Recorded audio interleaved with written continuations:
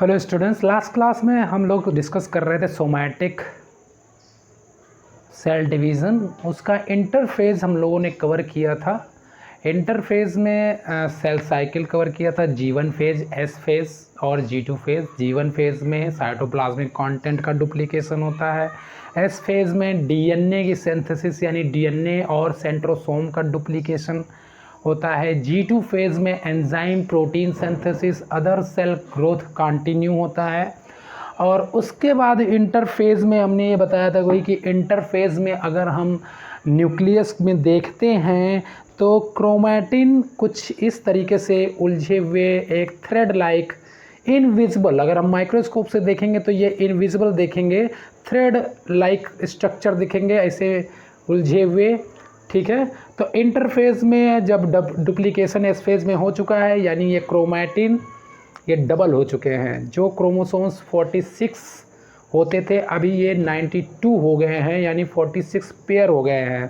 पहले होने थे जो है इंटरफेज से पहले 23 पेयर्स, लेकिन एस फेज में आने के बाद ये 92 क्रोमैटिन हो गए। और इसी तरीके से ये क्रोमैटिन दिखेंगे, न्यूक्लियोलस दिखेगा, न्यूक्लियर मेम्ब्रेन दिखेगा, है ना।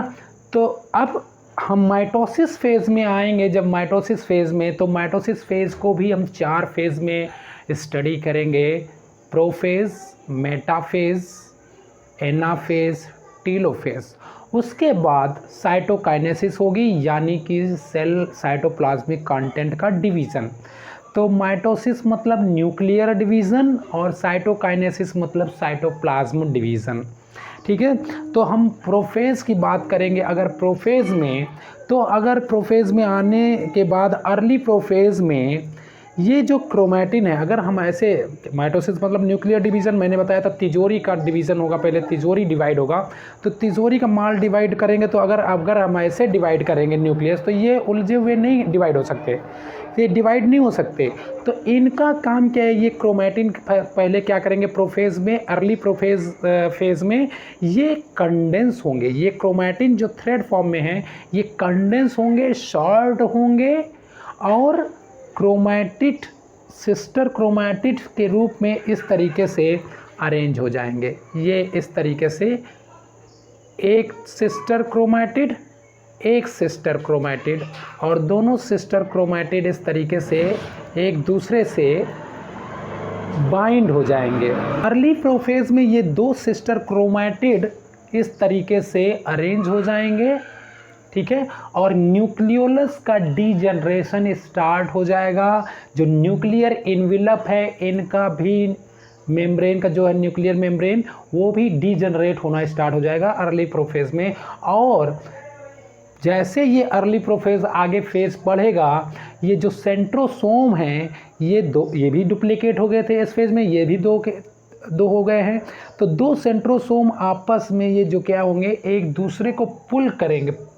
ठीक है, सॉरी, पुश करेंगे।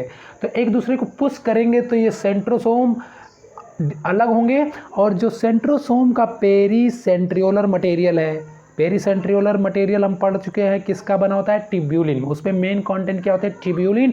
वो ट्यूब्यूलिन से माइक्रोट्यूब्यूल्स निकलने लगते हैं।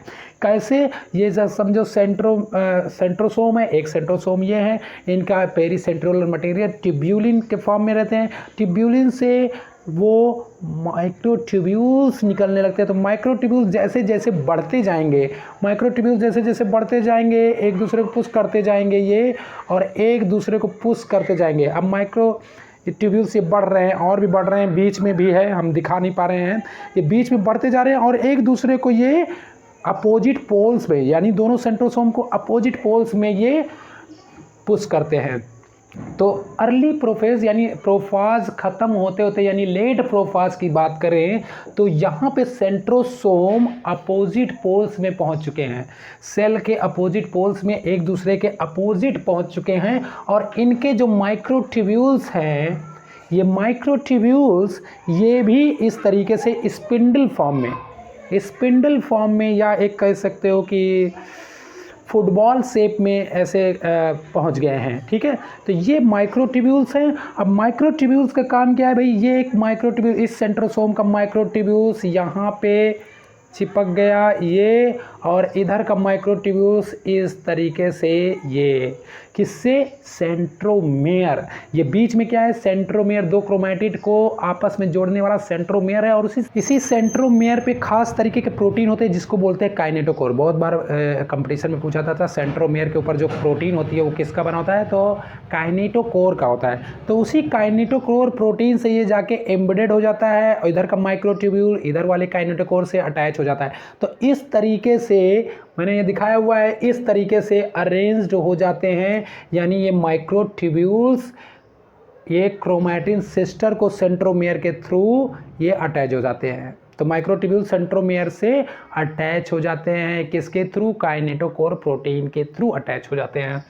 तो इस तरीके का अरेंजमेंट होता है। ये यहाँ पे ये सिस्टम देखिए, ये लेड प्रोफाज में इस तरीके से माइक्रोट्यूब्यूल्स क्रोमोसोम से यानी क्रोमैटिड सिस्टर पेयर से ये अटैच हो जाते हैं। तो यहाँ पे लेड प्रोफाज यानी प्रोफाज और लेड प्रोफाज, यहाँ पे प्रोफाज ख़त्म हो जाता है। बस ये अटैच हो गए, कहीं पे भी अटैच हो गए, कुछ इस तरीके से अटैच हो गए, कुछ यहाँ पे अटैच हो गए, कुछ यहाँ पे हो गए, कुछ इस तरीके से अटैच हो गए। इस तरीके से क्रोमोसोम्स जो है अटैच हो गए माइक्रोट्यूब्यूल से लेड प्रोफाज में। अब ये प्रोफाज के बाद एक फेज़ आता है मेटाफेज़। क्या था भाई, मेटाफेज़। मेटाफेज़ में कुछ नहीं, ये जो क्रोमैटिन अलग अलग सिस्टम से अटैच है, यहाँ अटैच है, यहाँ अटैच है, एक तरह से इनको एक तरह से ये क्या करेंगे, अब एक सेंटर में आ जाएंगे, कुछ इस तरीके से अरेंज हो जाएंगे, यानी कि सारे जो सेंट्रोमेयर हैं एक लाइन में आ जाएंगे, मिड लाइन में आ जाएंगे, दोनों सेंट्रोसोम के परपेंडिकुलर रहेगा और दोनों सेंट्रोसोम के सेंटर पे अरेंज्ड हो जाएंगे इस तरीके से। एक ही प्लेट पे एक ही सेंटर में ये सारे सेंट्रोमेयर अटैच हो जाएंगे। इसी को कहते हैं इक्वाटोरियल प्लेन कह सकते हो इसको, या इसको कह सकते हो मेटाफेज प्लेट। इस लाइन को हाइपोथेटिकल लाइन है, ये सेंटर पे अरेंज हो जाना, सारे क्रोमैटिन सिस्टर क्रोमैटिड्स, सारे सेंट्रोमेयर समझ लो, सेंट्रोमेयर ये सारे सेंट्रोमेयर एक लाइन में आ जाएंगे और उसी लाइन को, हाइपोथेटिकल लाइन को हम कहते हैं मेटाफेज प्लेट। तो मेटाफेज में बस इतना होता है कि सेंट्रोमेयर सेंटर में आ जाते हैं, दोनों सेंट्रोसोम के सेंटर में अरेंज्ड हो जाते हैं, इसी को कहते हैं मेटाफेज प्लेट, मेटाफेज। ठीक है, अब मेटाफेज के बाद आता है अगला फेज एनाफेज। एनाफेज क्या होता है भाई कि अगर ये जो क्रोमैटिड सेंट्रोमेयर हैं स्प्लिट होते हैं, एनाफेज में क्या होंगे, सेंट्रोमेयर स्प्लिट्स होते हैं, यानी अब ये माइक्रोट्यूब्यूल जो अटैच था ये अपने अपोजिट पोल में खींचता है और इसको ये अपने अपोजिट पोल में। तो इस तरीके से दोनों सिस्टर क्रोमैटिड जो इस तरीके से थे अब वो सेपरेट हो गए। दोनों ये क्रोमैटिड सिस्टर, दो सिस्टर क्रोमैटिड थे, ये एक सिस्टर इधर चली गई, एक सिस्टर इधर हो गई, और ये सेंट्रोमेयर जिससे ये बाइंड थे ये स्प्लिट हो गया। तो यहाँ पे स्प्लिट होके ऐसे माइक्रोट्यूब्यूल्स अपोजिट पोल में जाएगा, ये माइक्रोट्यूब्यूल्स अपनी तरफ खींचेगा, तो दोनों क्रोमैटिड सिस्टर ये अलग अलग हो गए। जो वहाँ एस फेज में डुप्लीकेशन हुआ था 46 के 92 बन गए थे, अब ये 46 एक पोल की तरफ जाएंगे, 46 अदर पोल की तरफ जाएंगे। ठीक है भाई, तभी तो हमारे जो पेरेंट्स थे 46 थे उनके पास भी, और उनके जो डॉटर सेल्स होंगे उनके भी 46 होंगे। तो इसका मतलब ये अब ये डिवाइड हुए, अब ये असली ओरिजिनल क्रोमोसोम्स इन्हीं को कहते हैं हम क्रोमोसोम्स। तो ये अपोजिट पोल की तरफ अब ये इस तरीके से जब झटके से इसको खींचेंगे तो इसका जो शेप है, जब हम कोई चीज़ को खींचेंगे तो ये दोनों इधर को ऐसे बनेगा। ठीक है, तो ये ऐसे खींचेगा और ये ऐसे खींचेगा, ये सेपरेट होंगे। तो एक तरह से इस फेज में जो क्रोमोसोम्स हैं वी शेप बनाते हैं, कई बार जे शेप भी बना सकते हैं, वी शेप बनाते हैं। ठीक है, तो यहाँ पे देखिए वी शेप बन गए एन। तो कई बार पूछा गया है कि क्रोमोसोम्स का जो वी शेप है किस फेज में ऑब्जर्व होता है, तो किस फेज में ऑब्जर्व करेंगे हम, एनाफेज में। स्प्लिटिंग हो रही है। तो अर्ली एनाफेज में ये होगा। अब धीरे धीरे क्या करते हैं, माइक्रोट्यूब्यूल्स इधर की तरफ खींच रहे हैं, ये वाले ऊपर की तरफ खींच रहे हैं, यानी कि जो क्रोमोसोम्स हैं वो अपोजिट पोल की तरफ मूवमेंट कर रहे हैं, अपोजिट पोल की तरफ मूवमेंट हो जाएंगे।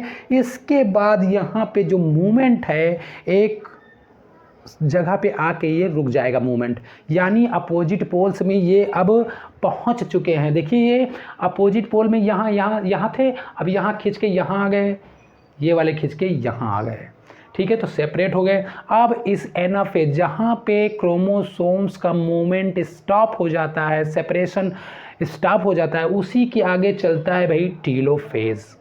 टीलोफेज क्या है, टीलोफेज में अब न्यूक्लियर इन्वेलप, उन्हीं की किनारे किनारे जो क्रोमोसोम्स आ गए थे इन पोल पे, अब इनके किनारे किनारे न्यूक्लियर इन्वेलप आना शुरू हो जाएगा, रीजनरेशन हो जाएगा।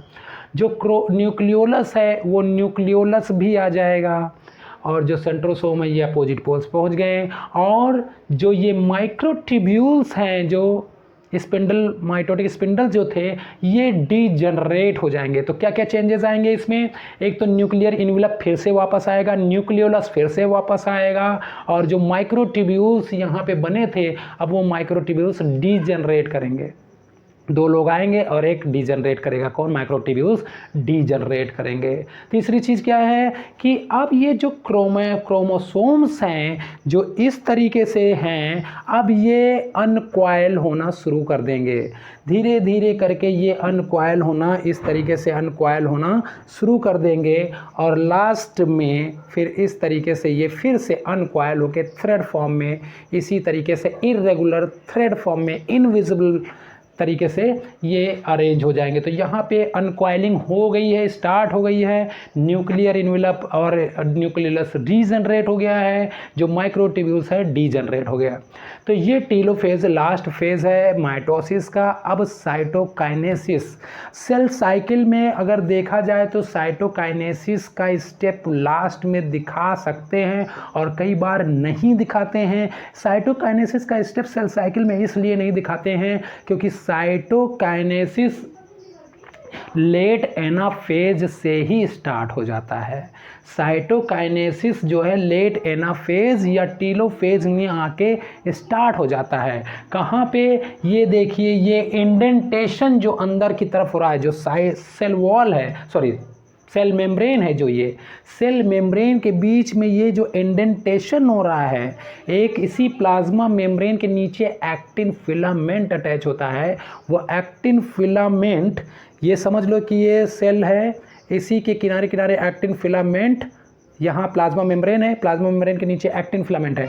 अब ये कंट्रैक्शन अंदर की तरफ होगा, इस तरीके से कंट्रैक्शन होगा अंदर की तरफ, और कंट्रैक्शन होने होते ये अलग हो जाएंगे इस तरीके से। तो ये इंडेंटेशन यानी जो एक्टिन फिलामेंट अंदर की तरफ, या क्लीवेज फरो कह सकते हो, क्लीवेज फरो, ये लेट एनाफ फेज में ही स्टार्ट हो जाता है। यानी साइटोकाइनेसिस का प्रोसेस यहीं से शुरू हो जाएगा, साइटोप्लाज्म का डिवीज़न यहीं से स्टार्ट हो जाएगा, और फिर टेलोफेज में इस तरीके से आएगा, और टेलोफेज के बाद ये अंदर से ऐसे आते आते ये हो जाएंगे, और इस तरीके से ये दो डॉटर सेल सेपरेट हो जाएंगे, अलग अलग हो जाएंगे। सारी अनकॉइलिंग हो गई यहाँ पे थ्रेड फॉर्म में, जो हम लोग इंटरफेज में देखते थे, सेम वैसी वापस इसी तरीके से इंटरफेज में अब ये फिर से सेल डिवीज़न शुरू कर देंगे। फिर से ये G1 फेज़ में जाएंगे, S फेज़ में जाएंगे, G2 फेज़ में जाएंगे, फिर इसी तरीके से प्रोफाज, मेटाफाज, एनाफेज, टेलोफेज, ये स्टार्ट हो जाएगा सेल डिवीज़न।